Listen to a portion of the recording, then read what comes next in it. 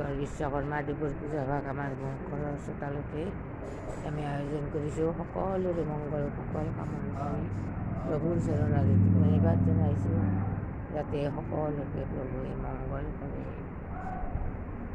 বিশ্বকৰ্মা দিৱস